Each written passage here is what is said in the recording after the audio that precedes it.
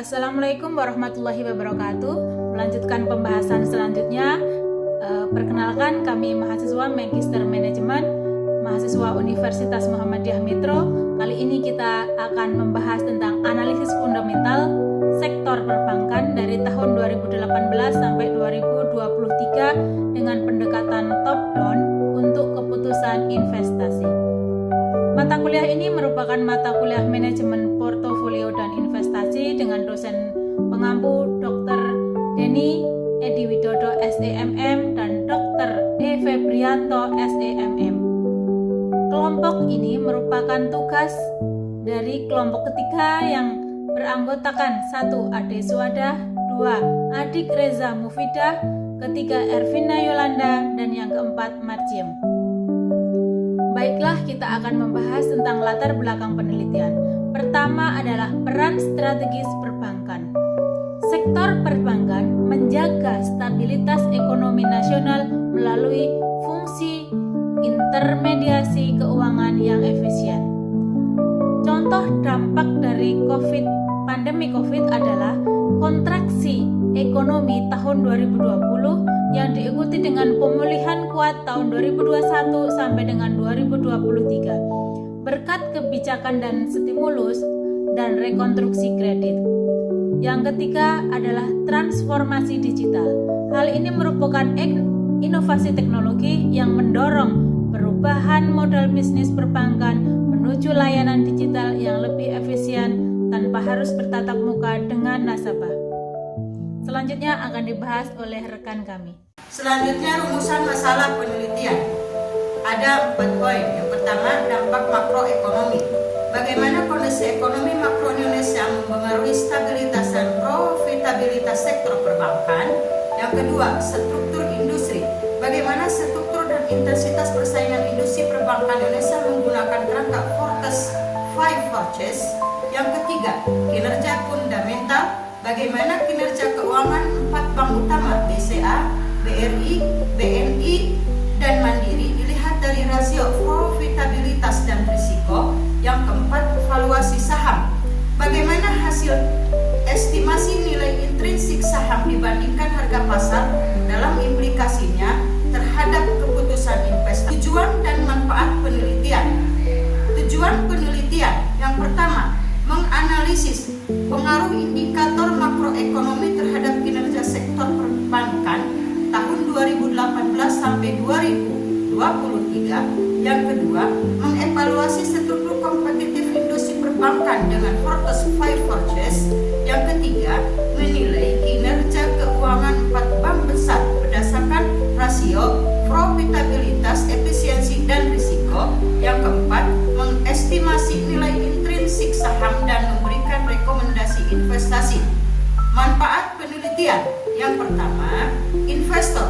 Acuan keputusan investasi berbasis nilai intrinsik realistis. Yang kedua, akademisis. Kontribusi empiris pada literatur keuangan Indonesia. Yang ketiga, regulator. Evaluasi efektivitas kebijakan moneter dan pengawasan perbankan. Yang keempat, pembuat kebijakan. Memasukkan untuk ketahanan sektor keuangan nasional. Kerangka teori, pendekatan top down. Yang pertama, analisis makroekonomi, evaluasi PDB, inflasi, suku bunga, dan kebijakan moneter yang mempengaruhi sektor keuangan. Yang kedua, analisis industri, penilaian struktur persaingan, regulasi, teknologi, dan hambatan masuk sektor perbankan. Yang ketiga, analisis perusahaan, evaluasi laporan keuangan, rasio profitabilitas, efisiensi, permodalan, dan risiko kredit bank.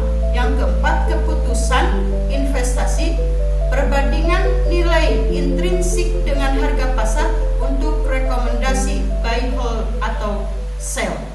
Selanjutnya yaitu mengenai indikator makroekonomi Indonesia tahun 2018 sampai 2023.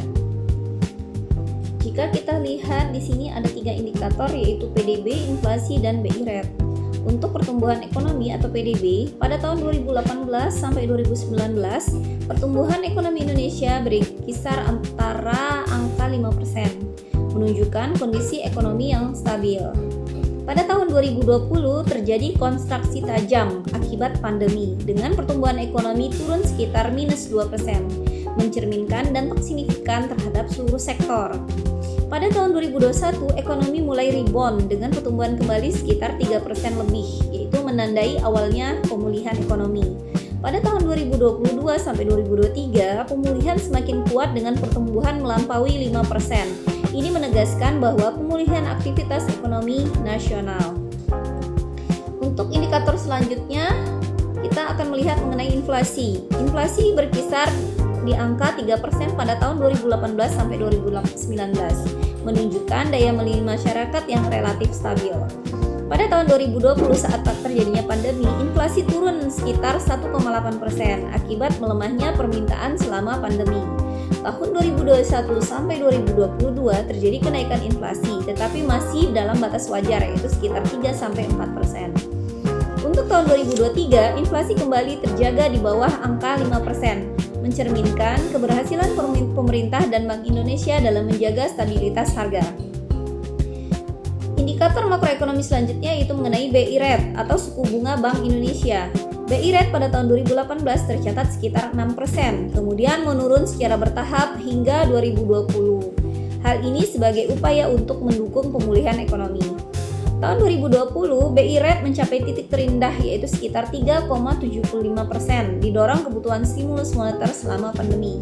Memasuki tahun 2022 sampai 2023, BI Rate kembali dinaikkan ke sekitaran 5,75 sampai 6% untuk merespon kenaikan inflasi global dan menjaga stabilitas rupiah. Kenaikan suku bunga ini juga menguatkan pendapatan bunga perbankan. Kesimpulannya yaitu pandemi tahun 2020 menyebabkan kontraksi ekonomi tetapi Indonesia berhasil pulih dengan cepat. Pertumbuhan di atas 5% pada tahun 2022 sampai 2023 menunjukkan momentum pemulihan ekonomi yang kuat. Inflasi tetap terkendali di bawah 5%, menandakan stabilitas daya beli masyarakat. Dan pengetatan kebijakan moneter yaitu BI Rate mampu menjaga stabilitas makro dan memberikan dampak positif bagi sektor perbankan. Jika kita lihat mengenai analisis industri perbankan atau Porter's Five Force, terdapat 5 indikator, yaitu hambatan masuk. Hambatan masuk untuk sektor perbankan itu rendah. Industri perbankan memiliki hambatan masuk yang tinggi secara regulasi, tetapi secara teori level persaingan membuat hambatan masuk tergolong rendah bagi pemain yang sudah kuat modal. Bank baru harus memenuhi modal minimum, persyaratan izin, serta tata kelola yang ketat. Kepercayaan publik menjadi faktor utama yang sulit ditiru untuk pendatang baru. Karena itu, meskipun regulasinya berat, pasar tetap sulit dimasuki tanpa reputasi dan modal besar. Yang kedua yaitu daya tawar pemasok dana. Nasabah saat ini semakin selektif, terutama dalam memilih bank, yaitu berdasarkan bunga, kualitas layanan, dan kemudahan transaksi. Munculnya layanan mobile banking dan digital banking membuat nasabah mudah berpindah antar bank. Akibatnya, bank harus meningkatkan customer experience, menurunkan biaya transaksi, dan meningkatkan fitur digitalnya agar tidak ditinggalkan. Yang ketiga yaitu persaingan antar bank. Persaingan antar bank itu sangat tinggi di sektor industri perbankan. 4 bank besar di Indonesia mendominasi pasar, tetapi bank menengah dan kecil terus berinovasi. Bank digital mulai menarik basis nasabah milenial. Persaingan tampak pada suku bunga yang kompetitif, peningkatan fitur aplikasi, efisiensi layanan cabang, promo dan cashback. Bank harus berlomba mempercepat transformasi digital untuk mempertahankan pangsa pasar. Yang keempat yaitu daya tawar pemasok dananya sangat rendah. Pemasok dana utama bank adalah masyarakat atau nasabah penyimpan dana. Masyarakat masih menjadikan bank sebagai tempat utama menyimpan uang karena pertama aman, kedua dijamin LPSE, dan ketiga adalah jaringan yang sangat luas. Dengan pilihan instrumen alternatif yang masih dianggap kurang familiar oleh sebagian besar masyarakat, daya tawar penyimpanan dana relatif menjadi lebih rendah. Ancaman substitusi sedang. Produk substitusi berasal dari fintech, e-wallet, dan platform pembayaran. Layanan seperti e-money, P2P lending, and e-wallet semakin populer dan membuat bank harus beradaptasi. Namun, produk fintech belum sebelumnya menggantikan fungsi utama bank sebagai tempat penyimpanan dana, menyalurkan kredit pasar, dan layanan pembiayaan korporasi.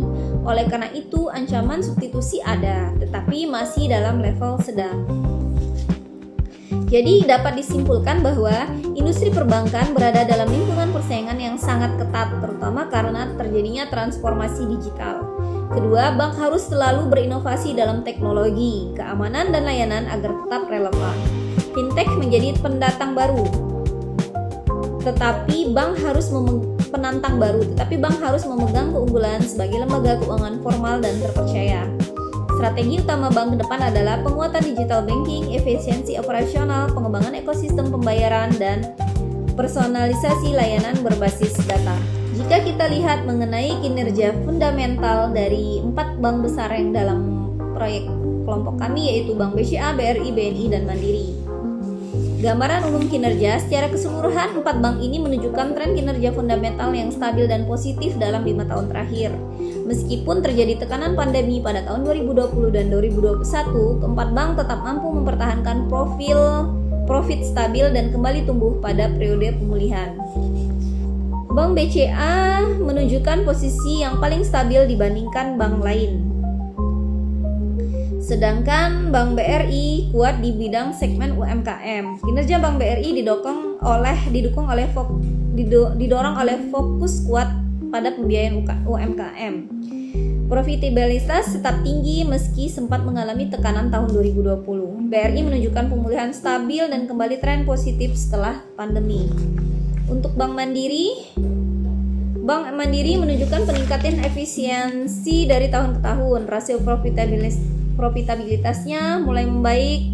Mandiri semakin kompetitif di pasar kredit korporasi dan retail. Untuk Bank BNI adalah bank yang paling terdampak dalam pandemi dari keempat bank ini. Namun grafik menunjukkan pemulihan yang bertahap dan kuat dari 2021 sampai 2022. Jadi dapat kita simpulkan bahwa kinerja keuangan keempat bank besar menunjukkan tren positif. Semua bank mempertahankan CAR di atas 18%. Ini menunjukkan permodalan yang sangat kuat. Analisis nilai intrinsik dan rekomendasi. Trend undervalue saham perbankan terjadi konsisten dari 2018 hingga 2023. Hal ini menunjukkan kepercayaan investor jangka panjang terhadap sektor perbankan tetap tinggi meskipun fluktuasi pasar jangka pendek masih terjadi. Dapat dilihat dari datanya bahwa rata-rata keputusan investasi adalah itu untuk membeli hanya pada tahun-tahun tertentu yang keputusan investasi itu untuk mempertahankan dan untuk menjual. Seperti contoh BCA pada tahun 2020 memiliki keputusan investasi untuk tetap mempertahankannya. Sedangkan BRI pada 2020 juga itu keputusan investasi mempertahankan investasinya. Nah, untuk BRI pada tahun 2020 juga ini terjadi overvalue yang keputusan investasinya itu dapat menjual saham tersebut. Selanjutnya yaitu ada Bank Mandiri. Pada tahun 2020 Bank Mandiri mengalami overvalue dapat dijual atau mempertahankannya. Selanjutnya itu ada rekomendasi investasi dari data yang sudah ada. BCA, BRI, BNI, dan Mandiri dalam statusnya BCA itu undervalue yang stabil dan efisien, tetapi kita merekomendasikan untuk membeli atau menahan. Selanjutnya untuk Bank BRI dengan status valuasi undervalue dengan prospek pertumbuhan UMKM dapat direkomendasikan untuk membeli saham tersebut. Selanjutnya itu ada Bank BNI, status valuasinya ada undervalue signifikan dengan prospek recovery cepat, sehingga kami memberikan rekomendasi untuk strong buy. Selanjutnya itu ada Bank Mandiri dengan status valuasi adalah undervalue dengan prospek pertumbuhan yang seimbang, sehingga kami merekomendasikan yaitu untuk membeli saham tersebut. BNI menjadi pilihan paling menarik karena undervalue, tinggi dan potensi pertumbuhan pasca restrukturisasi kredit. Sementara itu, BCA dan Mandiri menawarkan stabilitas, dan BRI cocok bagi investor yang mencari dividen yang tinggi. Selanjutnya itu ada kesimpulan. Yang pertama yaitu ketahanan sektor perbankan. Sektor perbankan Indonesia menunjukkan ketahanan tinggi dengan pemulihan cepat pasca pandemi melalui restrukturisasi kredit, efisiensi biaya, dan digitalisasi layanan. Yang kedua itu ada kinerja fundamental kuat. Keempat, bank besar mempertahankan rasio profitabilitas solid, efisiensi tinggi, dan pemodalan di atas standar minimum dan NPL terkendali. Yang ketiga yaitu ada peluang investasi menarik. Semua saham undervalue dengan prospek pertumbuhan jangka panjang. BNI menawarkan potensi tertinggi, BCA stabilitas, BRI dividen, dan Mandiri pertumbuhan yang seimbang. Yang keempat yaitu ada rekomendasi akhir. Investor disarankan mengalokasikan portofolio di sektor perbankan dengan fokus pada saham undervalue, sehingga bagian dari strategi investasi jangka panjang akan diversifikasi. Itu sekian presentasi dari kelompok kami. Saya akhiri. Wassalamualaikum warahmatullahi wabarakatuh.